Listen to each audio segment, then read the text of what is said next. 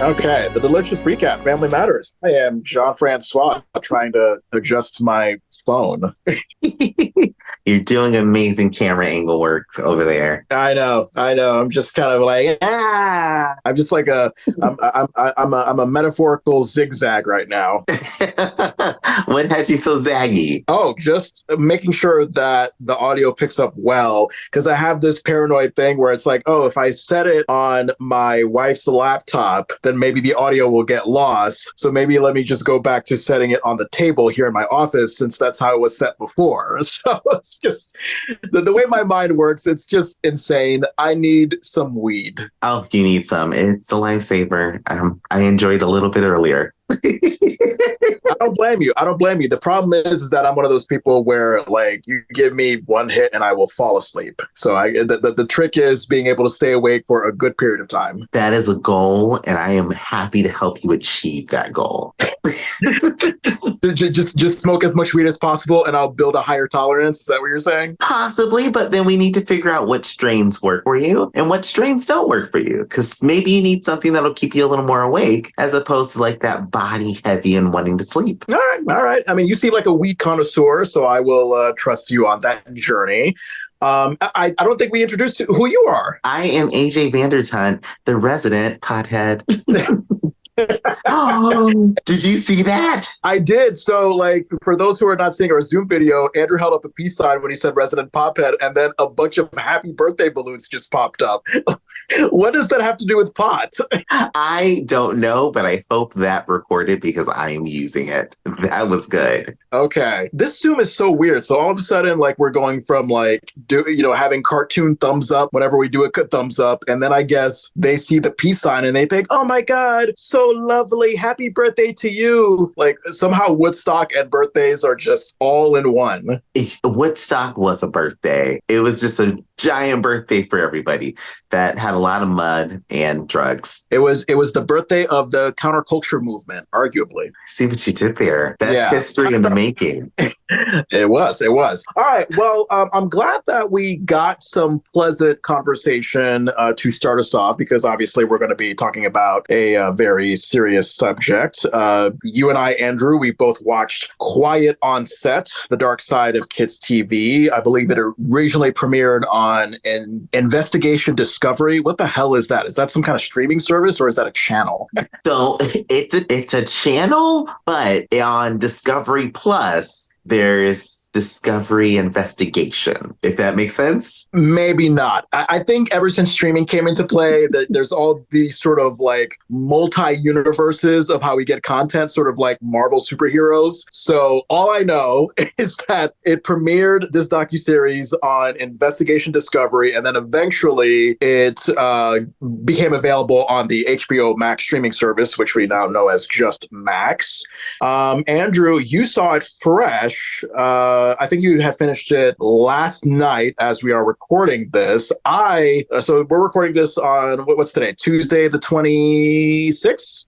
26. Yeah, 26th of March, Tuesday is when we're recording this right now. I watched it over the most recent weekend. So still sort of fresh in my mind, but definitely not like last night fresh. So for those of you who may not be familiar with the docuseries, I don't know how you are not if you are listening to our podcast, because what we do is we really dive into our, 90s childhood nostalgia juices. Mm-hmm. And this docuseries pretty much is centered around that.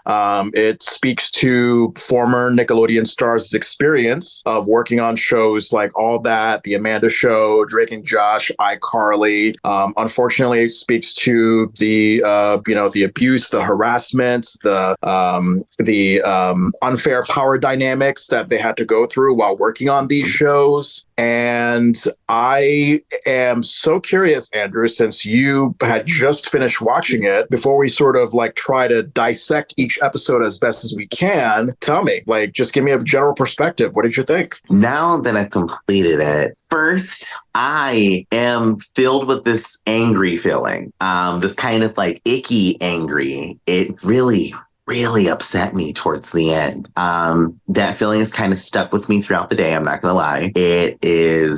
It's heavy. It is a very heavy documentary. Like watching it from the beginning and just seeing all these things where I'm like, okay, this is going to be a nostalgic moment for me. And I hadn't actually watched it. When I first saw the thumbnail for it, I used an app to just stream all of the services. So it just came up on the list of new things that were added to the app. And I was like, oh, a new Dark Side series. I'm just going to favorite, add it to the list, and I'm just going to watch it later. Just like as something to put on later, not think about it at all. I didn't actually think about watching it until I saw, I think, a TikTok or something about it. And then you text me and I watched it and I was like, oh, okay, I haven't watched this. I need to see what this is about. So now getting into it, literally finishing it last night at midnight, I'm like, okay, this is a lot to talk about, but I'm happy that this was made because these discussions need to be had. Yeah.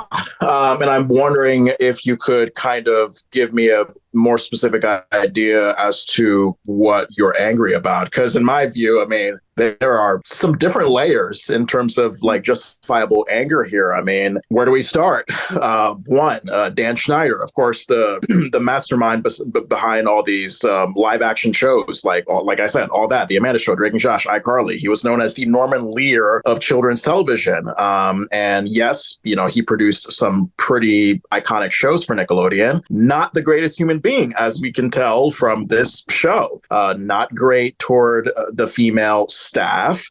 And he had this, like I said, unfair power dynamic with children. You got the impression that, you know, as a child actor, if you were uncomfortable with something that was done, that you had to hide it, or else Dan could like lose his temper or fire you or whatever. So yeah, I mean, it just seems like there's been, waves of harassment, bullying, manipulation, whatever you want to call it, in Dan Schneider's boss tenure.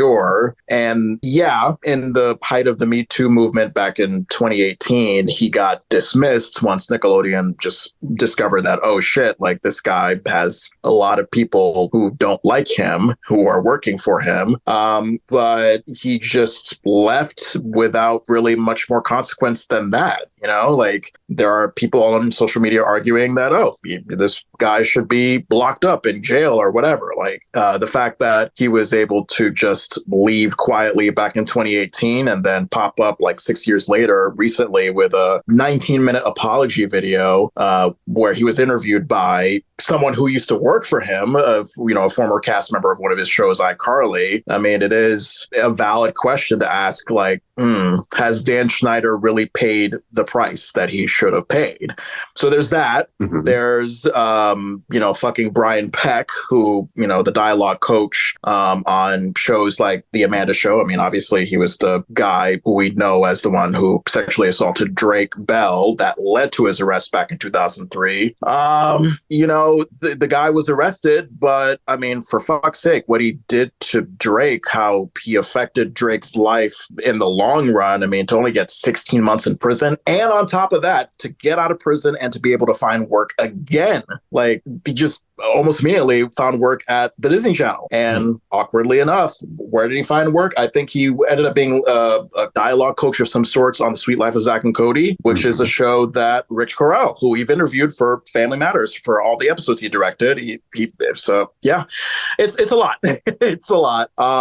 So, I mean, Brian, I'm sure will never work again after this docuseries has come out, but God, I mean, I can understand where you're coming from in terms of just having this feeling of like, wow, like there are some people that did awful things to these kids, and are they really paying the price for it? Yeah. Are they really paying the price for it? That's one of the things that has been in my head all day long, is like, justice was not served for these people. There are people here who need to be held accountable and have not been held accountable. Yeah. Oh, God. Shall we try to dive in as best as we can? There's 4 episodes here that we can kind of dive into. Let's do it. Yeah.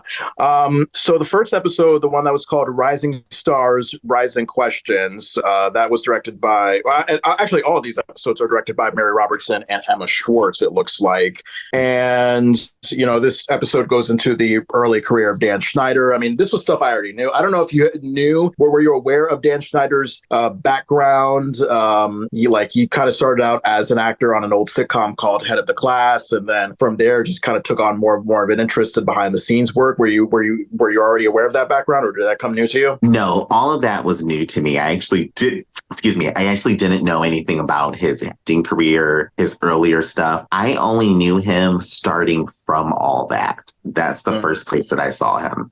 Now, I don't know if you noticed, but in one of the Head of the Class clips that they showed in the docuseries, an actor acting alongside Dan Schneider's character, if you had noticed, he is also the actor that plays Kanan and Kel's boss, or actually just Kanan's boss when Kanan works at the convenience store in the show.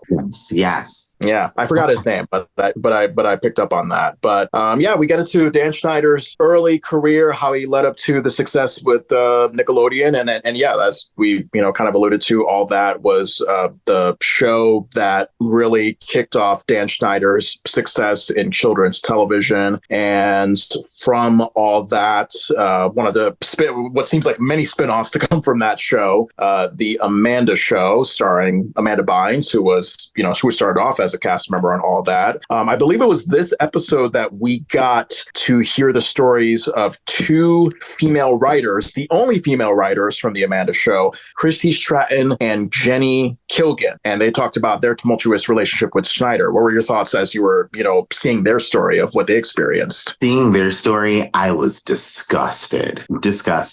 I already knew it was going to be bad when they first started talking about the fact that they had to share a salary. That being the first introduction to the female writers on the staff, knowing that they had to share a salary in a place where you should not be sharing a salary. One, it is completely illegal. It's unethical. It's something you're not supposed to do to somebody. But to share a salary, be told you have to share a salary because the person who's in charge doesn't think women is funny. It's like, so you're already telling me I'm coming into this discriminative environment and you're paying me half, not even close to what I'm worth, but not even paying me half of what I deserve. Yeah, I remember my wife just being shocked at the shared salary part. And to your point about women aren't funny. Yep. Dan Schneider, just like other, like John Belushi, one of the original cast members from Saturday Night Live, like add him to the old fashioned sexist men who just thought comedy were only for the men and women don't belong. And what I was confused by, because, you see the fucking statements that are seen like in front of a black screen at the end of each episode that says like, oh, Nickelodeon has,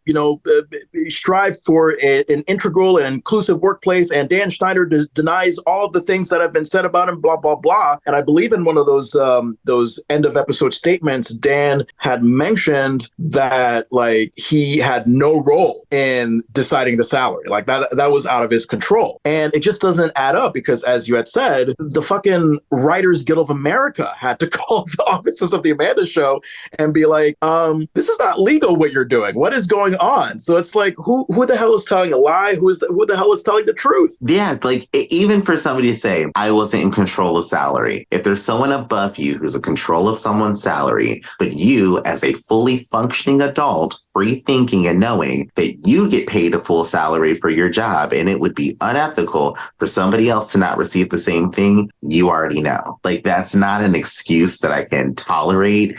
And the shifting of blame throughout this entire 4-episode thing is very upsetting to me. Yeah, it's insane. And I also, I know, look, we've seen through the Me Too movement, men in power, the what they call humor or playfulness, it's just unbelievably confusing. But this took it to a whole nother level. Remember the moment one of the female writers discussed how Dan thought it would be funny if she pretended to be sodomized in front of everybody in the writer's room. Where does that come from? How is that funny? Like, that's just, I don't know. It's not even, I would argue that he wasn't even trying to be funny, that he was just trying to be vindictive or evil because maybe one of the female writers got on his nerves or crossed him or whatever. It just sounds like something that like a fucking evil Scottish king from old times would do. Like, what was that? It was sick. It was sick. Like I can't even put it into words because it's not something that I feel somebody who's a rational thinking person who actually cares about other people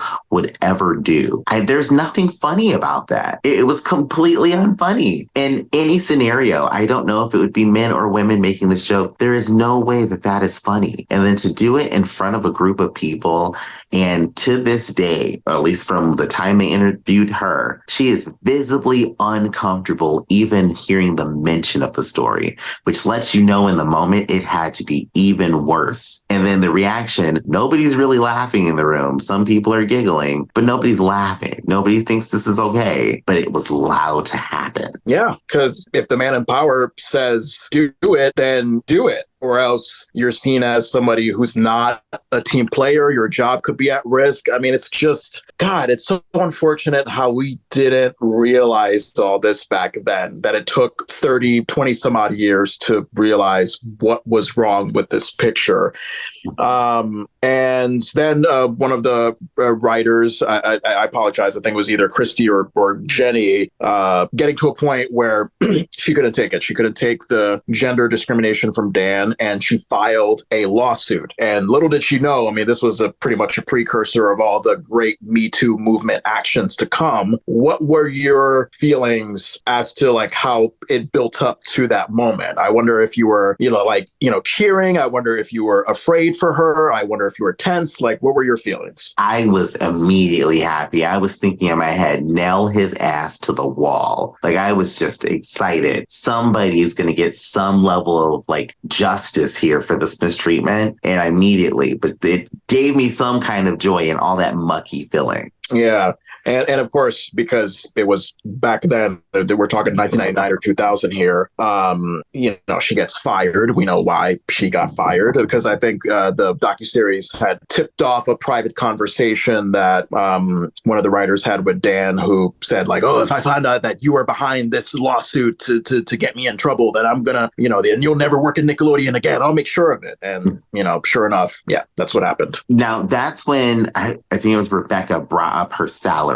When she brought up her salary with the Writers Guild, and then the Writers Guild went to the studio and said, hey, you have to pay both of them. Then he came after her and was like, if I find out it was you, then you'll never work in kids television again. I'm just like, the audacity for you to get upset at somebody for going about the proper routes to get paid properly, and you being told that this is the law, you're upset at me? I'm the victim and you're upset at me. It doesn't make sense. Yeah, absolutely. I totally agree. So I could imagine that this writer just had a stomach that was just dancing in nausea when she filed the lawsuit, and then, of course, the aftermath of it. But man, I hope 25 years later, whatever it is, now that she's sharing her story in the docuseries, and now that, the social media response has been nothing but supportive of the victims, I'm hoping that she's feeling some sort of relief, some sort of happiness that, like, your story has been told, your story has been heard, it has been appreciated. Yes, I hope so. I hope that she gets freedom from that past that she had, and it just leads to some bigger growth, because to endure that, and it's your dream job. Like, it's your dream job, and you had to endure that. I can't imagine. Yeah. I mean, her first taste of Hollywood, and that's what happened. I think we go on to the second episode, Hidden in Plain Sight. And this, I believe, is where we dive into the discovery of Amanda Bynes, her coming onto all that in the third season. And so first of all, I mean, I already knew, from watching Amanda growing up that she was a talent, but it wasn't until this docuseries that I really, really got to see what a talent she was, because I remember they showed a Laugh Factory stand-up routine that sort of acted as her audition to all that, and it seemed to come across as a very intelligent stand-up routine that an adult would do, and I was like, wow, like, this kid wasn't even 10 and she was doing that? Like, that is insanity. And of course, to compare it to, how she just gradually had mental health struggles and just kind of got out of the limelight over the years, it's just, it's really hurtful. I was wondering what your thoughts were comparing that picture of Amanda to now, because it seems like two different people. It's like, oh, hey, here's sunshine, and now we have a person who it seems no different than what Britney Spears went through, probably, Yeah, I forgot how much I love Amanda Bynes. Like, I remember seeing her from her very first episode of All That and then getting to the Amanda Show. I remember watching her and just loving everything she did. Her physical comedy was hilarious. She's talented. And then to see in the documentary that young stand-up routine where she's talking about having the pimple on her nose that you're talking about, where I just was like, this is amazing. I would be dying laughing at this. And then to put that into where Amanda ended up and where she is now, it's the Twilight Zone. It's the Twilight Zone. And like you saying, like Britney Spears, like what did these kids have to endure to get to this point for them to go down this such destructive path? Like there's got to be something that's happening, because it's not a coincidence after you get multiple people doing the same exact things. Yeah. And now I'm trying to bring back the memory of what that stand-up routine was. You said the pimple on the nose. Was it something like, how like you try to explain a nose pimple to like a job interview situation? Maybe like you're trying to like cancel a job interview and you're trying to explain a nose pimple. Was that what it was? She was trying to explain how she could pop a pimple inside of her nose, but she couldn't reach it. And then I think something was happening. Something was happening, but she couldn't reach the pimple from the position of where it was in her nose. Yeah, I was like, wow, that seems like a very brainy, well thought out routine that might even be too smart for Nickelodeon. I mean, yeah, whatever. Nose pimples, it seems like something that kids would enjoy. But I just thought the way that she worded it, the way she went about it, I was like, wow, yeah, this kid's got something. And look, you talk about All That. I don't remember first seeing her on All That. My earliest memory of Amanda, I literally remember seeing the Amanda Show the night it premiered. There was a very busy, loud party amongst family members at my aunt and uncle's house. And I recall just, trying to get through the crowd of like busy talking social adults because I wanted to be right in front of that TV with the volume turned up as loud as possible to catch the premiere of the Amanda Show. And I think from then on, I fell in love with her. I mean, Judge Trudy, Penelope, Taint, oh my God, which we now know. Oh my God. But of course, like as a kid, like who the fuck? I mean, did you know what a taint meant when you were a kid? No, as a kid, I was like, I don't understand the name. It's funny. You're thinking it's just funny. And then for the adults in the room to know, and even a Nickelodeon executive said, hey, does it mean this? Y'all didn't think to just change it all together? It's so nasty. It really is. I mean, and I think SpongeBob did it right. Like SpongeBob had a way of having humor that kids and adults could both vibe with, but that it was still family friendly, appropriate. And now I'm realizing that all these Dan Schneider shows, I mean, you're adding in jokes where it's like, wait a minute. Okay, sure. Adults can look at this and be like, oh, I get that. But like as a kid, I'm just, thinking about how naive and green I was being raised in a religious Black household, not knowing things like taint and the glory hole part in that Pickle Boy sketch and all that. Like, who is this for? Like, it's literally, you get the idea that Dan and a bunch of pervy male writers are just trying to entertain themselves at all costs because it's like, oh, it's a kid show. And how else are we going to be entertained? Because we're just pervy adult men. Like, that's the impression that I was getting. And it's like, yeah, sorry, guys. If you need to keep yourselves entertained badly, do it somewhere else other than a kid show. If it's a kid show, then try to do jokes that are appropriate for kids and that they will actually understand. Yeah, these jokes, put them on adult TV, adult actors. I would not have a single problem with what they're doing as full, consenting, understanding adults. With children, it's nasty. Like, I was around for All That, the Amanda Show, some of the early Nickelodeon stuff. I didn't get into the later things like Victorious and those ones that were in the documentary. But the things that I do remember being older, just like going past the Nickelodeon channel throughout the ages, or like when I'm like, I would say 18, 19, just like, let me see what's on Nickelodeon. Is SpongeBob still the thing? And then I go and I'm like, why are there so much feet on this channel? I would always remember there's some kind of random foot joke anytime I turn there. And I'm like, this doesn't make sense. This is not what I would find funny as a kid. And I don't understand why it's being displayed to kids. I don't. And the thing is that, again, I mean, maybe I was just a kid and thinking like, oh my God, there's a channel for me. I love everything about it. And I just don't remember anything about feet. I certainly remember the foot Nickelodeon logo. But when the docuseries cut to scenes of Victorious and it's like, oh yeah, there's like a foot scene, or iCarly had a foot scene, or I guess all that had a foot scene too. Yeah, no, I just never picked up. I never had enough brain as a kid to think, wow, there is so much feet going on. Does someone have a foot fetish? And I guess it's possible that Dan had a really creepy child foot fetish. It looks incredibly creepy. You can only judge him by the works that he's produced, and well, the evidence is there. That's all we can do. Is the evidence is there. It's disgusting. It is disgusting. My 90s childhood was ruined by this show. Yeah. No, so what do you like by his shows or by the docuseries or both? By the entire docuseries, the fourth wall for me was broken, where I'm like, wow, I missed out on all these things as a kid. I did not understand this. It's no longer something I could go back and watch and enjoy. Yeah. And Amanda, I don't know if you saw, but there was an article that said that she and her family were approached by the documentarian producers for an interview. And understandably, Amanda declined because she felt like there was nothing that she could offer. And I could also guess that with the struggles that she's been going through, that privacy is like a really important thing to her. So wishing all the best to you, Amanda, and hoping that you'll be back and better soon. Same here. I'm sitting here nothing but positive vibes. And I completely understand your story is your story. You don't feel pressured to share. Just do what you got to do, because I can't even imagine. Yeah.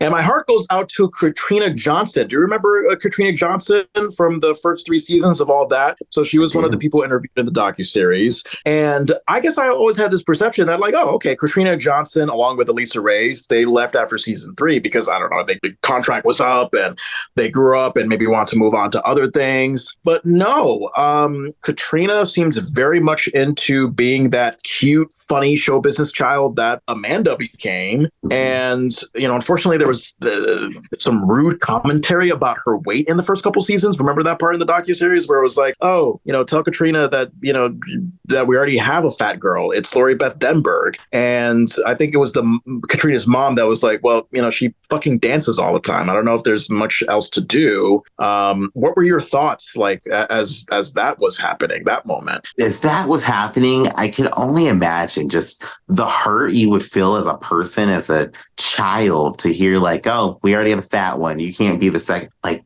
that had to be such damaging to her that I just felt this like intense emotion of like sadness for her when I watched it. And it just makes me think, what did all these kids like experience, but specifically her as well, of like, hey, we're going to manage your weight. We're going to do this to you. First, you got to look like this little cute kid, but you can't be too heavy. You can't be too fat, but you got to look healthy. So we got to make sure that you're active, but we got to make sure you're not sexy being active. So we have to make sure that you still look like the little child that you are, even though you're going through puberty. There's like all these weird messages that her head was filled with that I just feel such sadness that she had to experience that. And she's a kid. I mean, when you're a kid, I mean, you have such a naivety, a naiveness about the world, and you look to adults. You look to your parents, and especially like if you're a working kid, the boss that you're working for essentially acts as your parent as the workplace. So if they're saying like, hey, you know, you shouldn't be fat, lose some weight, do this, do that. I mean, you're going to buy into it. And then unfortunately, all these insecurities and questions about yourself will arise. Like, am I good enough? Do I look healthy enough? Am I fat enough? Am I skinny enough? Like all that stuff. I also wonder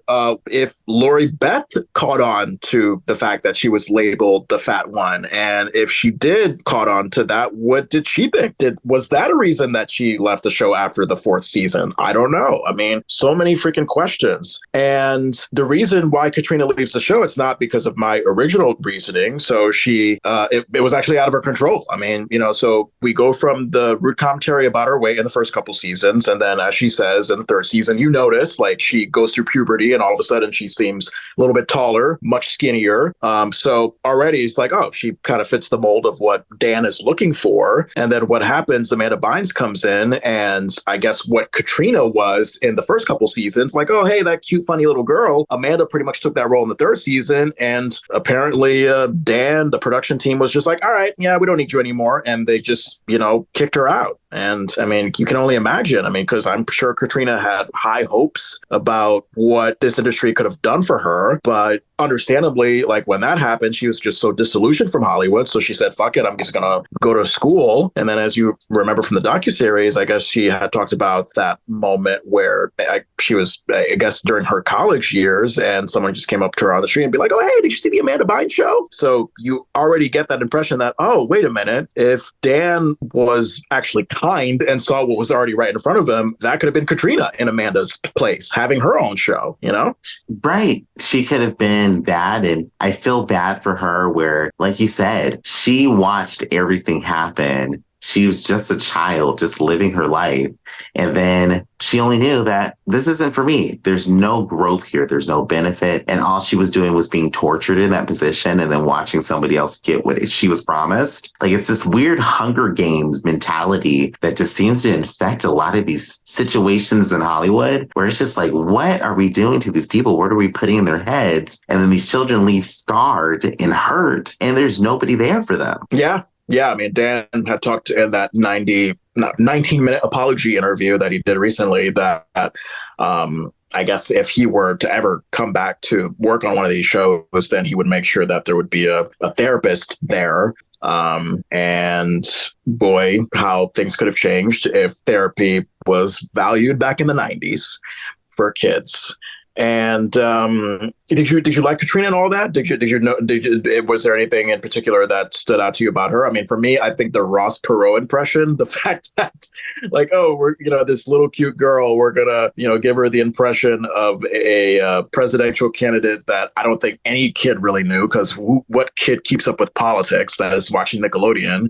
But anything from Katrina that stood out, or was it one of those things where she just you kind of didn't notice because she wasn't on the show that long? Her Ross Perot was funny. I remember that. Like, as soon as I saw the screenshot, I'm like, oh my God, I remember that. Although on all that, she didn't stick out to me because I like Lori Beth. Anytime she was on screen, I was like, oh, I'm here for you. Because she would always have me rolling on the floor. So I apologize to everybody on the cast. She stole her seasons for me. Yeah. No, yeah. I mean, the Loud Librarian, the Vital Information sketches, which was basically all that's version of the Weekend Update stuff from SNL. Lori Beth was great. And again, one can only wonder if she had terrible experiences. I mean, I believe she either left the show when she was 18 or she came on the show when she was 18. So I think she was a young adult during the time that she was on all that. So maybe her experience is like totally fucking different than,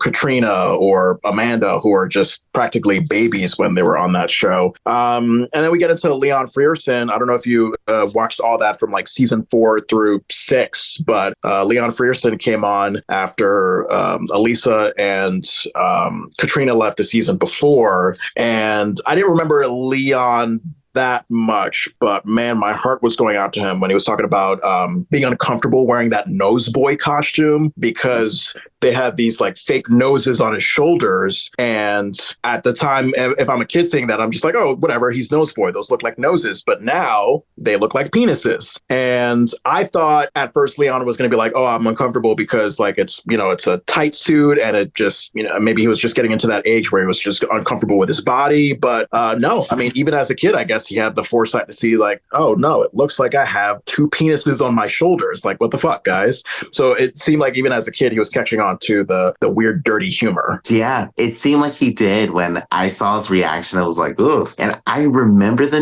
nose boy sketch, and I just remember it being weird as a kid, not like really getting it. I just remembered I was like, oh, it's just not on somebody's face. Like, I didn't get it as a kid, but it's one of those sketches that has always stuck in my head. And I was like, this is weird when I remember seeing it. And to see how uncomfortable he was, I was like, oh, yikes. This is even worse than what I remember it being as a kid. How old were you when you saw the Noseboy costume sketch? Do you remember? What year was that? I know I was young. I mean, that must have been like late 90s, early 2000s. So I was at least 11 years old. And of course, man, God, the fucking cum shot jokes. I mean, because we see this later in Zoe 101, but I believe that Leon's nose boy eventually sneezes on Christy Knowings, another new cast member that season, on her face. And now you look at that and it's like, oh, okay. Yeah, the guys behind the scenes were going for some cum shot humor. Yeah, you're doing cum shot humor where it doesn't even need an explanation. Kids TV show, those don't go together. They just don't. Yeah, it's just very, very disgusting. So sorry, Leon, that you had to go through that. That was very awful. And then we go into later on in the 2000s with what we used to call the new All That, the new version of it. They had the new cast in like 2002 or something. Brian Hearn, he was on season 7 and 8. And another person of color, just like Leon Frierson. So there was that, element as well that led to a not great experience. And you know what? Shout out to Brian's mother, because you and I, Andrew, I mean, we can, kind of joke about like, oh God, black moms, they could be so extra. But when you have that black mom who knows something ain't right and she has no problem voicing her opinion, even when it could cost her son a job that he has dreamed of all of his life in show business, like, shout out to her. I mean, obviously she was very emotionally affected. I could understand because, it's arguable that her speaking out could have led to Brian being fired. But man, I love her. Tracy, and I love her. The same here. As soon as I heard that, she's like, hey, wait, this is not okay. We're calling these things out. How Brian's first episode, he was going to be depicted as a drug dealer. And she's like, no, so you're just going to make him a drug dealer because he's a black person? Like that energy, that mom is, I know it's hard sometimes as a black kid where you're like, damn, I know my mom is about to go off, but it's needed. Sometimes it is needed. And this is one of those situations where it's needed. So it's interesting that you bring that up, because I actually had a mixed response when I saw that sketch in Brian's first episode. So I think the setup was like Brian was like playing some kind of like amusing, like sketchy, like Girl Scout cookie dealer. Like, oh, hey, I forgot what the full context was, but he was, trying to be like a sort of sneaky, like, oh, I could give you a bargain kind of Girl Scout cookie dealer. Now, at the time, and even now, I could look at that as like, oh, okay, whatever. He's just playing a sketchy Girl Scout cookie dealer. But, you take a black mom who is adult and she's had many experiences. She knows all the layers of racism. And I would have never seen it until she explained it as like, oh, wait a minute, this kind of looks like the black stereotype of the drug dealer. So that was very interesting that she brought that up. And I guess I just had this mixed feeling of like, well, maybe the writers didn't intend it that way, but also I could see why you see it that way. I agree with you. Like, analyzing it as a kid, I wouldn't think anything of it. I wouldn't have a second thought. I'd be like, oh, he's selling Girl Scout cookies, but he's really a boy. So he's just trying to steal the money or something. As an adult looking at it, and then I had to analyze the scene myself as I'm watching it. So as an adult, my feeling is like, why do they have to play the black kid as doing something shady? Can't he just have the cookies and just sell the cookies and not in a shady way? But then after hearing what his mom said, I thought about her experience. And she definitely grew up with us seeing and witnessing the war on drugs, which affected predominantly black people. She saw the Just Say No campaign where the drug dealers were always shady black people or people of color. So she saw these imageries already happening around her, and now you're going to display her child as doing that same thing. So I could see exactly, after analyzing it in my own head, why she got upset and why I feel it was needed. Yeah. And of course you have that stupid PR-like statement from, I think, Dan Schneider's people who are like, oh, all sketches were approved and tested and reviewed by Nickelodeon, blah, blah, blah. And there's no mention of like, well, the people that work for you, the children actors and their parents, does speak to how genuinely comfortable or uncomfortable they might have been. Like, I don't know. That was something that really concerned me. And then I don't even know if there was a racial element discussed too. Like, remember when Brian, he was talking about the on-air dare sketches in the new version of All That. And that was their parody of Fear Factor. And Brian had talked about how he was uncomfortable with the on-air dare of like being covered in peanut butter. I think he was like wearing no clothes and he was being licked by dogs. Now, maybe to him, it was just simply a simply uncomfortable moment, but I don't know. I just feel like there had to have been some very terrible racist thing in the past where a black person was subjected to something like that. I don't know. I mean, I had this image in my mind when I was watching that Brian moment of like, you know, white police officer with vicious fucking police dogs, like going after black people because the police officer told him to do so. You know, the dogs are trained to see the black person as the enemy. So I guess I had that association when I saw Brian being licked by dogs, like as he was covered in peanut butter. I don't know if you had that kind of rolling around in your head. Like, what was rolling around in your head? I didn't have that in my head, but now that you say that, it's something that I also have to equate to it. My thing was I was just uncomfortable watching it when I saw it, and I don't remember seeing that as a kid. That specific scene I don't remember seeing. But as an adult watching it, I'm just like, why? Why are we doing that? Why is this child covered in peanut butter than being licked by dogs? I don't understand what about that makes it fear factor. It's weird. It was gross. And then just hearing his explanation of it, I'm like, this kid was so uncomfortable and nobody was like, hey, we should really see how he feels about these dogs licking him and being covered in peanut butter out here in a massive crowd of people. It just, I didn't get the scene as an adult. I wouldn't understand why it was there. Even in a fear factor realm, it does not make sense. I think the whole fear factor part of it, my guess is that like, oh, it's dogs. And even though, yes, dogs like peanut butter, so we kind of know that they would be largely distracted by that. But I think it was just that fear of like, oh shit, well, what if, you know, Brian gives a look unintentionally to one of the dogs and the dogs just go crazy and try to bite his head off. So I think that's where the fear factor part of it came from. And also going back to my conspiracy theory that like, you know, there could be a fraught relationship between dogs and black people, depending on how said dogs are trained. So I think that was rolling around in my head. And someone brought up a great point into that fear factor thing. I think it was one of the cultural writers or whatever, like in the docuseries, that when you take adult situations like fear factor, like, okay, adults, they're grown enough where they're able to choose being in those uncomfortable situations. Because like, think about it, with fear factor, it's like with all these adults coming on, it's like, oh God, that's like terribly uncomfortable. But also, you're a grown ass person. You chose to be here. So that's different than, oh, here are kids that are genuinely uncomfortable by this, but don't have a say in it because they're working for a person who's like, oh, hey, approved by the network, approved by me, approved by the writers. It's all funny. So let's do it. And if you don't do it, then sorry, that's your job. I mean, it's such a totally different thing. Yeah, the power imbalance here is insane because, you know, these kids are too afraid, to say anything back. These kids are afraid they're going to disappoint their family. They could have been the primary source of income for their family. So they're thinking like, hey, if I lose my job, now what happens to my family? It's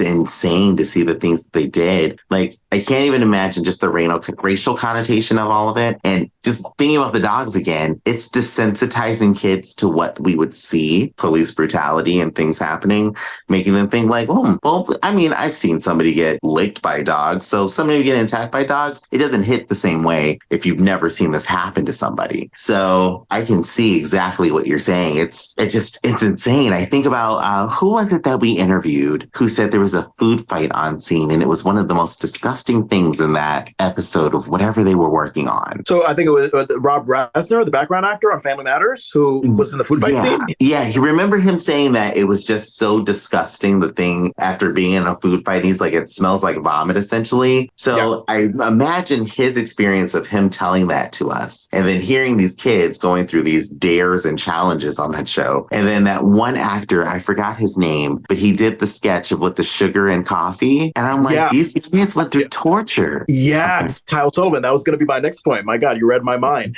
So I remember seeing those sugar and coffee sketches when I was a kid. And to me, it was equitable to like being slimed on Nickelodeon. It's like, oh my God, it's so awesome. Like, because as a kid, like, of course, you don't give a shit about making a mess, having food fights, being slimed. It's like, that is being a kid. It's just having good, messy, unthoughtful fun. Now, as an adult, especially finding out that was real sugar that they were putting in their mouth. Because remember the premise of the sketch, it was just these two overly What was the point of the sketch, by the way? I think it was Kyle Sullivan. It was his female castmate. I forgot what her name was. And they just play these hyped up hosts of a show called Sugar and Coffee, where they're just bouncing around between ingesting like shit tons of sugar and coffee in their mouth through some kind of like big machine that's like attached to a ceiling. Like that was it. Was there another point of the sketch I was missing? It was supposed to be a parody of a morning show. So you like the morning talk shows where they got their cup of coffee at the table and they're going into the news. And then Giovanni Samuels is in the scene with the sugar and coffee that they show in the docuseries. And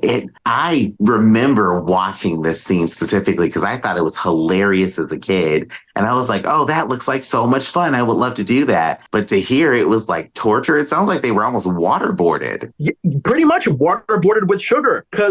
So it would be different slightly if it was not real sugar. But the fact that you had these kids making like you force these kids to open their mouth wide and just have like shit tons of sugar coming from the ceiling into their mouths to the point where they would almost choke.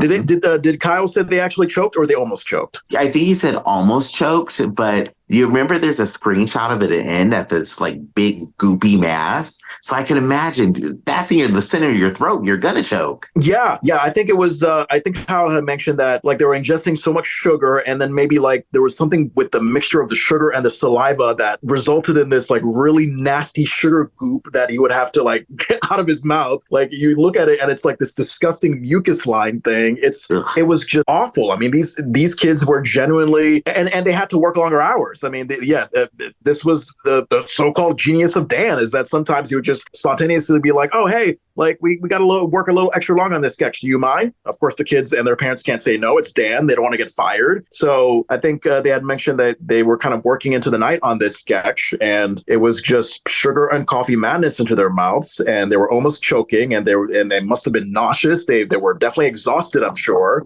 So yeah, you look at that sketch now, and it's like, no, that's not fun. No, nothing about that is fun. Even just looking at it, it's like that's torture. Like that's full on torture.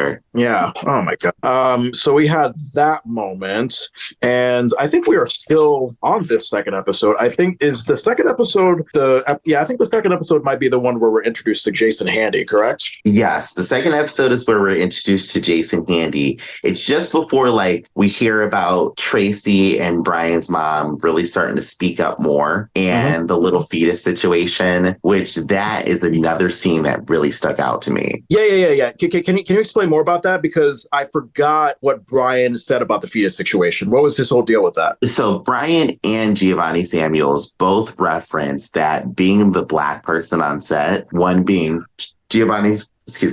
refers to herself as the token Black girl. And then Brian tells us about him being the only Black male there, and he could feel the difference that Dan Schneider and how people would react with him on the set, and knowing that this was not a friendly environment for them. So there's a sketch on all that, and it's Little Fetus is the character's name, who's supposed to be the world's youngest rapper. I remember seeing the scene when it came on, and as a kid, I hated it. I was so uncomfortable watching this as a kid. Like, it just looked gross to me. Like, it just looked gross. Like, I was like, this looks disgusting. Nothing about it was interesting. The makeup, the bodysuit, I felt uncomfortable as a kid. And I couldn't put it together as a kid, and still as an adult, I don't know if I can, like, fully explain that feeling. But I remember this scene specifically, seeing it as a kid when it aired, and just hated it. I didn't want to watch it. I think I actually walked out of the room and went and got something to eat or something, and came back when it was off. Yeah, I would guess that, because to me, I would think that if I was disturbed by it, it would be because of like the costume that represented a fetus, that maybe there was like something sickly about it. Like, oh God, this is something that is like this gooey inner thing that should just stick in a woman's belly, and we should only see it through an ultrasound. Like, I don't want to see like that shit come to life. So maybe it was kind of that nightmare for you as well? Possibly. I still don't know. I just remember I did not like this scene as a kid.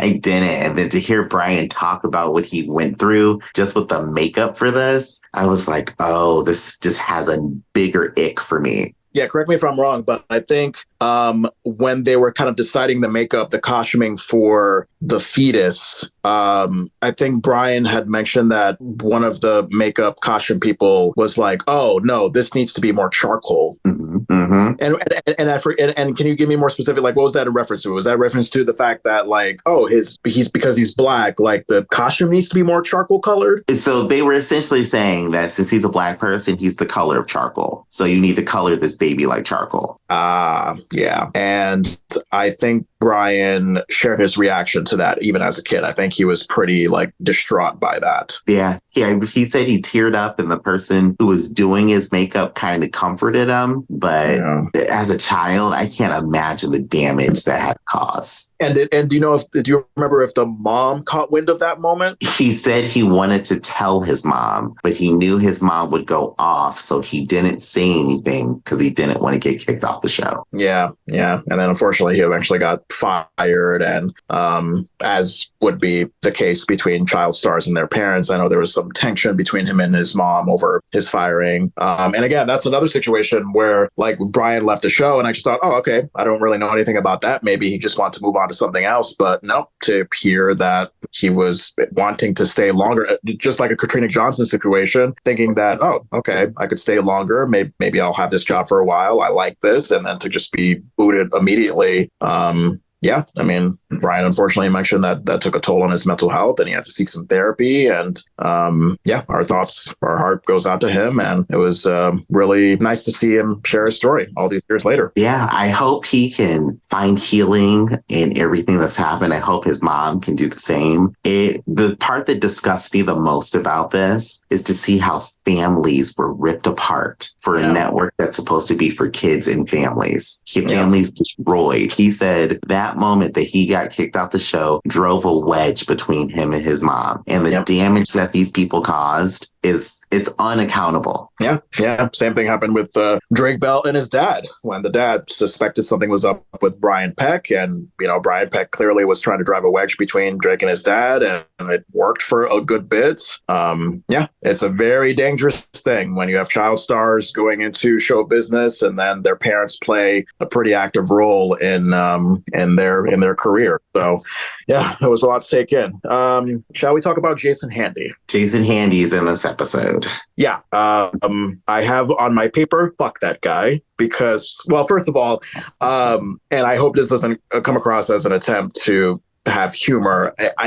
When you have a name like Jason Handy and you happen to be a child molester, I was like, okay, that's like the worst fucking name in the world, the worst fitting name in the world. So that's what I was thinking. First of all, second of all, again, just fuck him, because I remember as a kid watching Nickelodeon and thinking, man, that seems so fucking cool to do what these kids are doing. I would love to be a child star. I would love to be where those kids are, getting slimed, making people laugh. I mean, I was doing basement shows for my family when I was like as young as 11, 12 years old. I mean, around the same age as, what was the girl, Brandy? Brandy, yeah. Yeah. So, I mean, I'm putting myself in Brandy's position. Like, you're a fucking kid. Like, you're wide-eyed. You're optimistic. You're excited. You have all this charisma about this passion of yours, show business. And then you have fucking Jason Handy, who pretty much at the snap of a finger, because I guess he thinks it was okay to just accept the fact that he's a pedophile, he just destroys all that for her. And tell me what you were going through when you heard Brandy's mom's story. I mean, I would imagine that Brandy is still alive and was not comfortable being on camera sharing her story. I am totally understanding of that. But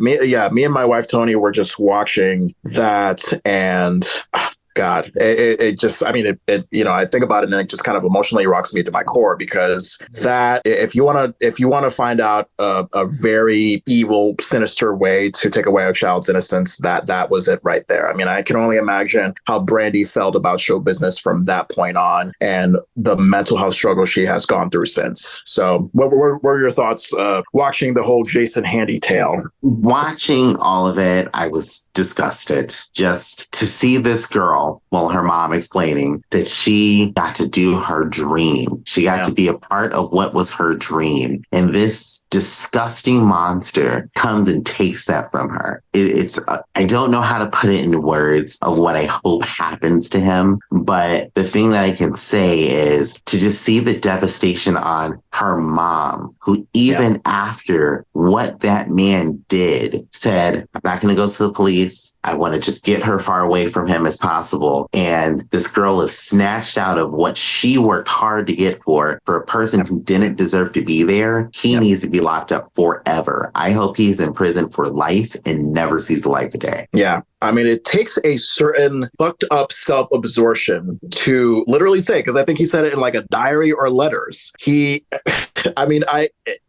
are pedophiles that do the deed without reflecting on it. And then I guess there's people like this guy who just seems to think, okay, if I just accept it and not deny it and just think that this is a part of myself and this is okay, then it can be okay. No. Yeah. I wonder if I was asking myself, Jason, what were you like as a kid? Put yourself in Brandy's position. It was baffling. I'm sorry. Go ahead.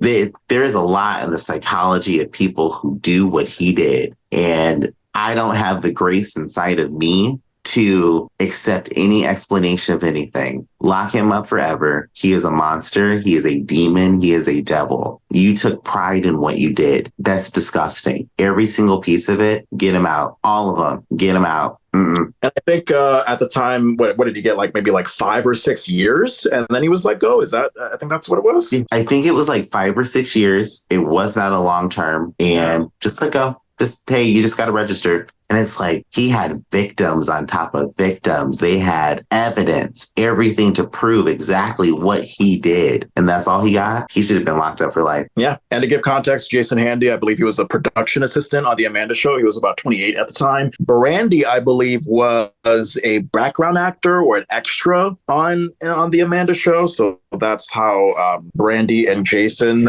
met up. I think it was just a traditional thing of here's an adult mentor who could probably get me farther in my career, and they got it. And he probably did that usual grooming shit of let me give you advice and let me get friendly with your parents so that your parents can see that I'm a good guy, but I'm really a bad guy. I mean, it's just classic R. Kelly shit. And God, I really hope if there's anything that this docuseries can do is look at people like Jason Handy and Brian Peck, both of whom I think are still alive.